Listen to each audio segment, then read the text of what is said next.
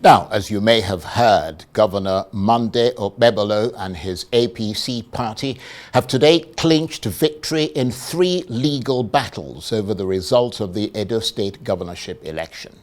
The Election Petitions Tribunal affirmed Mr. Okpebholo as the duly elected governor of Edo State, and the tribunal dismissed the petition filed by the opposition PDP and its candidate Affirms, challenging Mr. Okpebholo's victory. It also dismissed 2 other petitions from the Action Alliance Party and another from the Accord Party.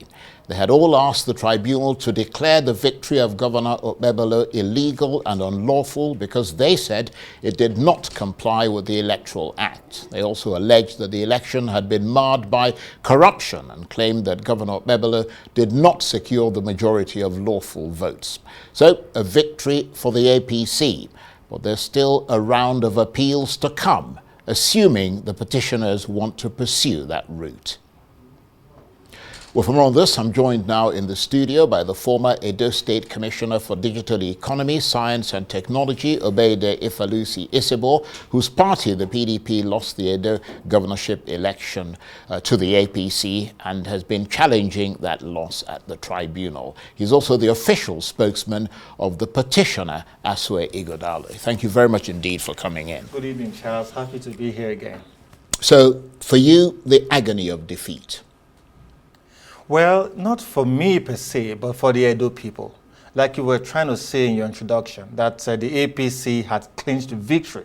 But what about the Edo people who truly voted for Affirms? One would have thought that by now there will be some jubilation, in areas in Edo State, but the people are mourning. The entire state is in agony. So it's not really victory for the people. It may be a temporary victory for the APC and for Affirms, but he knows he doesn't have the legitimacy of governance by the Edo people because they did not give him the highest number of lawful votes. Well, to be entirely clear, we haven't gone around the whole of Edo State, so we don't know if people are celebrating in some parts or not. We certainly saw people celebrating at the tribunal. Especially, of course, those are members of the APC who came with them from Benin. But you see, it's about the majority of the Edo people who came out to vote.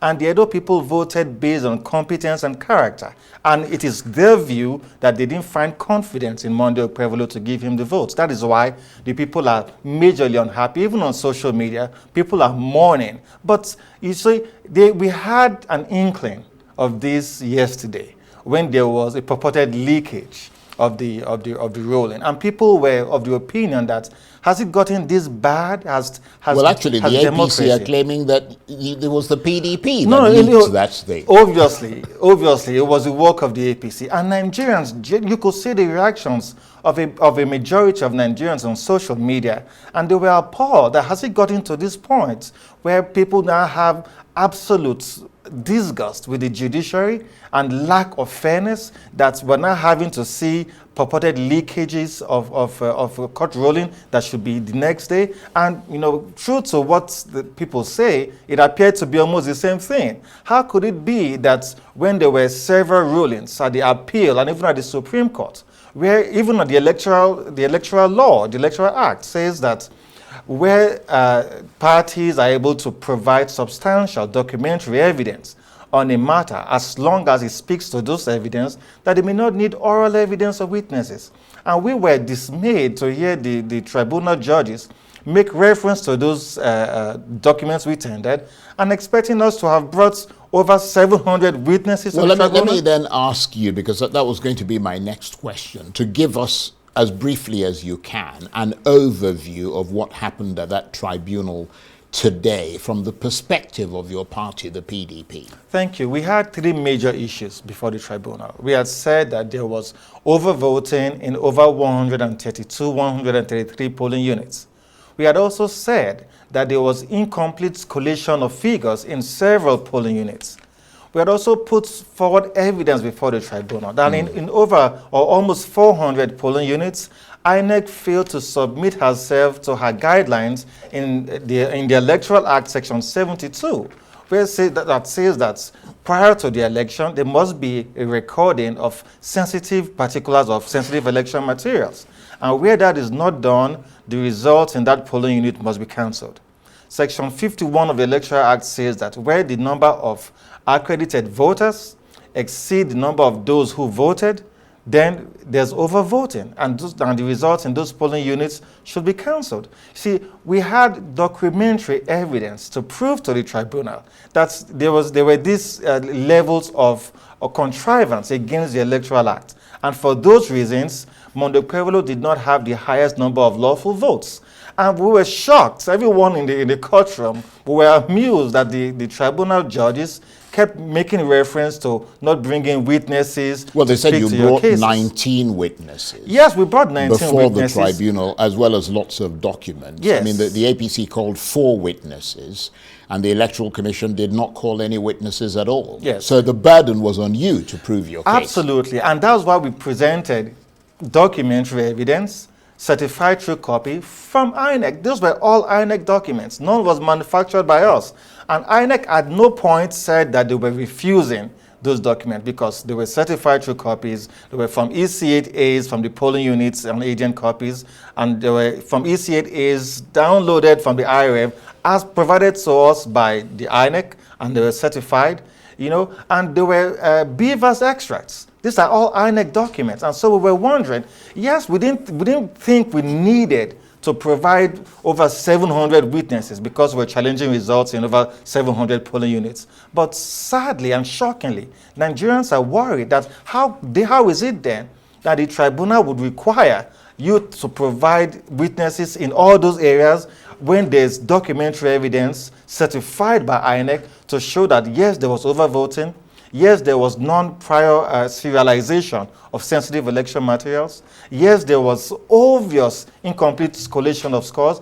And so the Edo people feel that this is just a glitch. It is not a catastrophe. Right. Well, let's just stay on the track of what happened at that tribunal, not just today, but over the period. Because the APC had claimed that earlier, the tribunal at the tribunal hearing, that the polling units that the PDP tendered documents about, when compared with the ones INEC presented, still showed that the APC candidate was well ahead of the PDP, and that in effect, your candidate failed to prove that there was overvoting. That's obviously not true. I just said the Electoral Act, Section 51, explicitly explains what overvoting means. When people who ended up voting are more than those that were accredited by INEC, are more than those that are accredited even according to the Beavers machine, then that is obviously overvoting.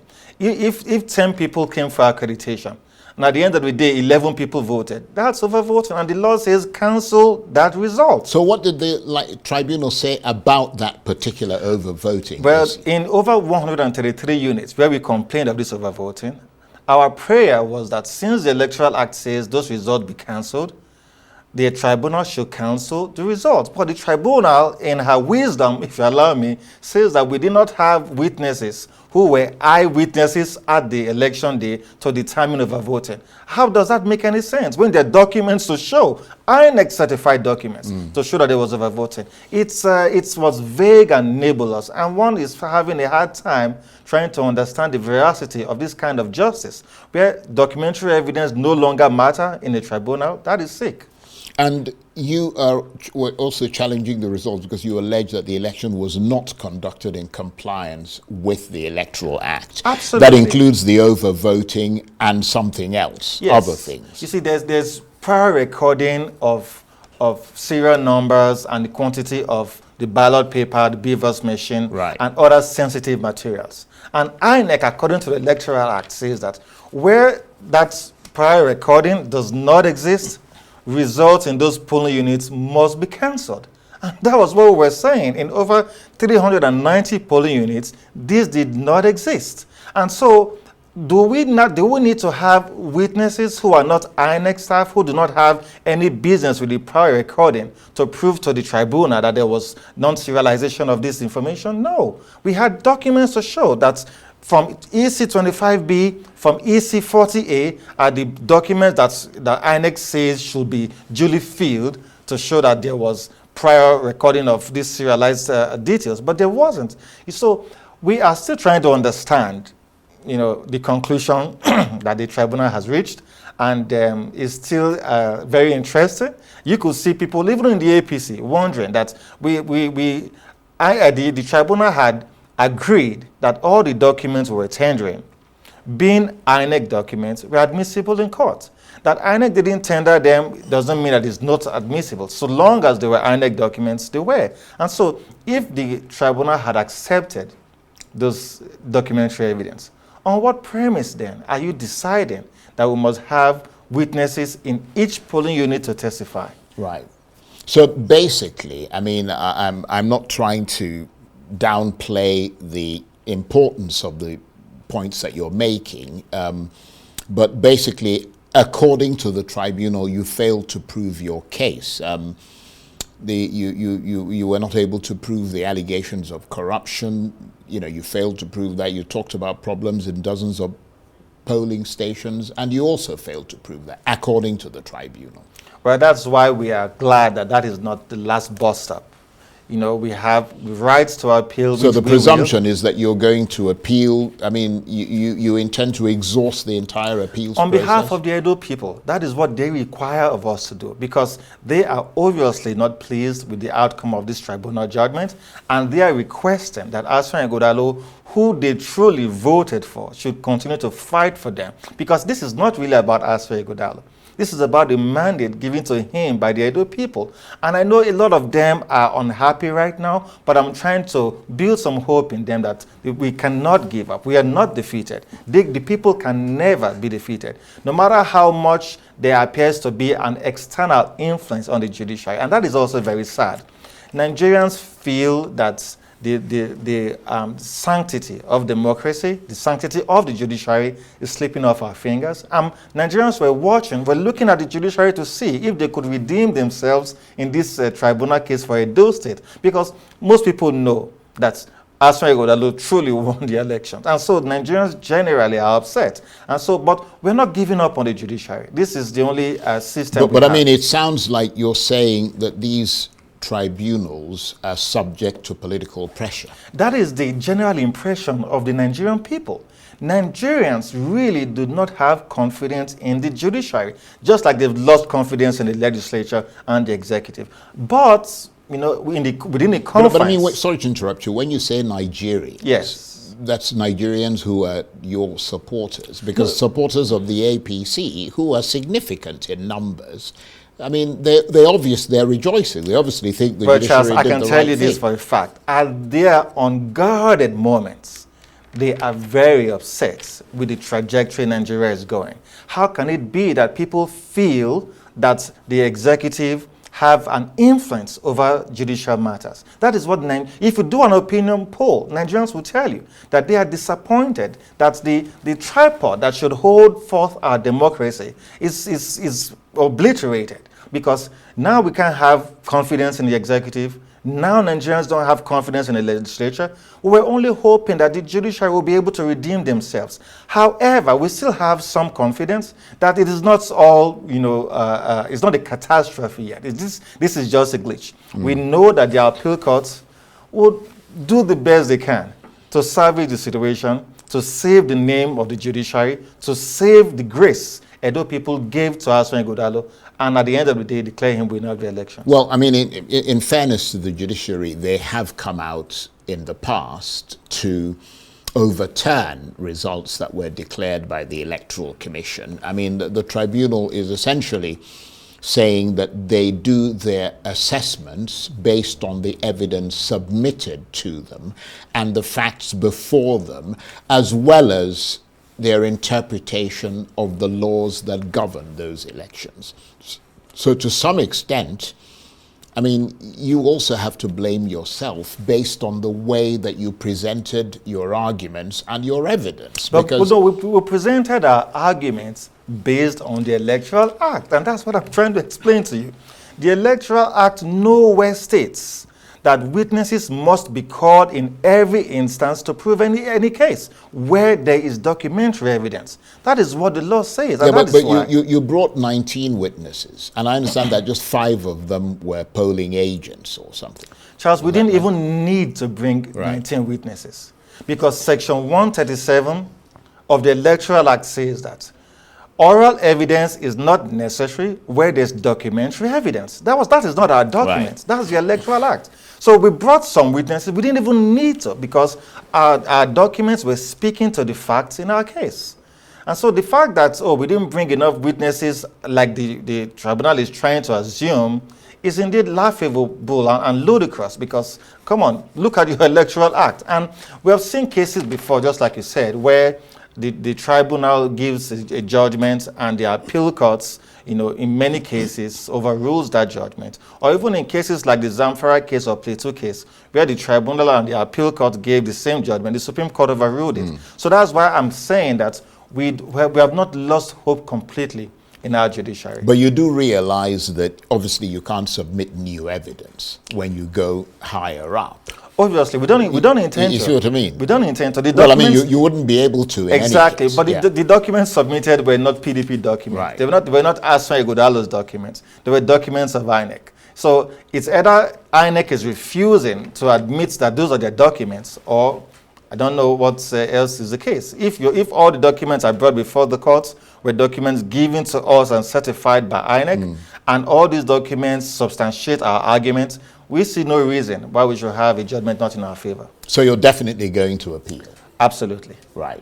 And I mean, I wonder, just on a personal level, how crushing this loss today is for you, because I mean, I know you are the spokesman for Affirms, and I mean, I've seen you talking, and talking very articulately. I mean, about, I mean, you've come here before, you had all these programs and ideas and the things you wanted to do and so on, and big stumbling block here. Well, it is a challenge, I want to call it a glitch. We're not crushed, because we represent the majority of the Edo people. And so we are trying to let the people know that we're still fighting for them. Affirms would not stop fighting until his mandate is reclaimed. And yes, we could be a little bit upset now, not because of how we feel, personally, but the outcome, of the tribunal. We were expecting, Nigerians generally were looking forward to the Edo case, because they were thinking that the Edo case would be like the cynosure of all eyes. Let us see what's going to happen in Edo. We know that the guy who is there now, you've had, most people have had to interview him and to gauge his cerebral capacity, and the man appears to be lost. And so they're feeling that Edo State, at the level where God, basically left the state, we cannot leave the state, to be run by these people who are, like some of people have interpreted them to be barely literate. And that's why we're saying all the negatives about Edo pop up in the news. There's hardly any good news that you've heard about Edo State in the last 3 months. And that is sad, because that's an Edo where we took leadership and governance to a very high level, where other states were coming to borrow from us, from what we're doing. But now most of what you hear in Edo is the inability of the government to lead the people, the inability of the governor to articulate his ideas. Nobody knows what he plans to do in education. Security, we can obviously see that we've been in the news for very bad reasons. So these are the issues that really bother the people. And it's really not about us as individuals, because we have done our best and the people can compare. Edo was #1 in digital transformation across West Africa. Where are we today? Even the official website of the Edo State government has crashed. So you can see that we went from a level where people were proud of us, where Edo people home and abroad were speaking good things about Edo State, to now where nobody even wants to talk about Edo State. We're seeing the governor, walking from place to place. The man has no direction, there's no effort, there's no force, there's no vibe, there's no zeal, there's no zest, there's practically no life in governance in Edo State today. And that's what really worries us, to make sure that we will not just sit idly and watch this happen. Let us continue to fight for the people. Let us speak up and speak out for them. because they do not deserve the kind of leadership they have now. And have you spoken to Mr. Ighodalo today? Did you speak to him after this verdict? Yes, just before I got here. What was his reaction and his mood? Well, Mr. Ighodalo understands that the election process there's a pre-election process, there's an election process, and a post-election process. So we are in the post-election process. He's still very full of energy. He's hopeful in the appeal. And he asked me to tell the Edo people that he's still going to keep fighting for them. He's still going to be speaking for them. And he will always show up for them whenever they need him to, especially concerning this matter, to make sure he pursues it to a logical conclusion. And for you personally, I mean, you've become quite well known, not just because you were sort of speaking on behalf of Asue Ighodalo, but at one point you loudly proclaimed yourself as being an obedient, even though you were in the opposing PDP party. Are you still an obedient, or have you turned disobedient? Well, at the time, we saw in Mr. Peter Obi the ability and the capacity to lead Nigeria right. And I mean, we've seen where Nigeria has, been driven to in the past couple of months. And even members of the APC are unhappy about it. So we do not regret at all the energy we put into the Peter Obi campaign. And we're hoping that come 2027, we'll have reasonable leaders, bubble up ideas around the electoral space that Nigerians could, reason out to select or elect those that will lead them. But it is true that the crop of leaders we have now running the country, there's nothing to write home about them. And you personally, are you going to run for elected office at some point? Well, I'm still very young. I'm in my prime, and there's a whole lot ahead for me in the future. And let's see how it goes. Right. And just returning to the issue of the tribunal today, there are also two other cases, two other petitions that were dismissed. That, I mean, obviously you don't speak on their behalf, but that of the Action Alliance and the Accord Party. So, I mean, a pretty big victory for the APC today. I mean, they swept the board. in that sense, there was victory for the APC. But I'm thinking that as politicians, we should be more worried about victory for the people. We must ascend above that mundane thinking of partisanship. Yeah, but I suspect that the APC are going to say it's a victory for the people as well. No, but it cannot be for the people when they know that they do not have the legitimacy of the people of Edo State. And so we are hoping that while we pursue this case to the appeal courts, because we are sure we'll win at the appeal court and they will have to go to the Supreme Court, we are sure that between now and when the Supreme Court gives judgment, we can assist in some form of constructive criticism to make sure that Edo State is not completely destroyed before Asue Ighodalo takes up the reins of the state. And how much time have you got before you have to go to the appeals I think court? For the appeal, and how much time have they got to make the decision? Yeah, I think for the appeal we have 60 days, and for the Supreme Court we have 60 days. So Edo people, just bear it a little bit. We have 120 days. We're going to strive through these dark days, through this dark tunnel, but hope is coming. Joy is coming. Asue Ighodalo is coming. Okay, I want to thank you very much indeed. A long day for you, so we appreciate your taking the time to come in here to explain your point of view to us. Ogbeide Ifaluyi-Isibor is the former Edo State Commissioner for Digital Economy, Science and Technology. His party, the PDP, lost the Edo governorship election to the APC. It challenged that loss at the tribunal, and today the tribunal affirmed the victory of Monday Okpebholo. Mr. Ifaluyi-Isibor is also the official spokesman of the petitioner, Asue Ighodalo. Thank you very much indeed for coming. Thank you again for having me.